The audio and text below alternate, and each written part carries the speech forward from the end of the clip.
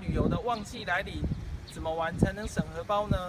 交通部公路总局在7月1日至9月30日的暑假期间，推出搭乘大众运输出游的优惠措施，只要使用电子票证搭乘38条台湾好行路线，即享有票价半价优惠。交通部观光局更协调景点沿线部分商家，提供消费优惠。民众在搭乘台湾好行后，即可向司机索取搭乘证明，至商家消费时出示证明，即可享有各项好康措施。希望大家共同响应搭公车，来趟便利、低碳、省钱又安全的轻旅行。好，可以上车。不会。先请问一下，